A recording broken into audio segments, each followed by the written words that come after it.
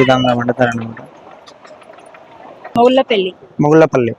So జాతర ఎట్లా అనిపిస్తుంది? మంచిగా అనిపిస్తుంది అండి. అంటే స్వామివారి ఏమైనా కోరిన కోరికలు ఏమైనా నెరవేరాయా? నెరవేరు. ఓకే.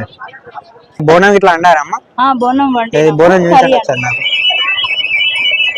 సో బోనం ఇదేంటిదమ్మా? బోనం పసుపన్నమా? పసుపన్నం బెల్లం అన్నం రెండు కలిపి చారు అమ్మ ఇది?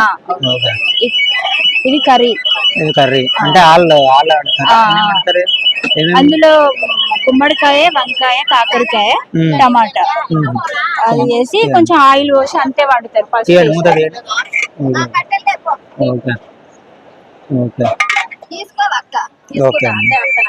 చెప్పండి.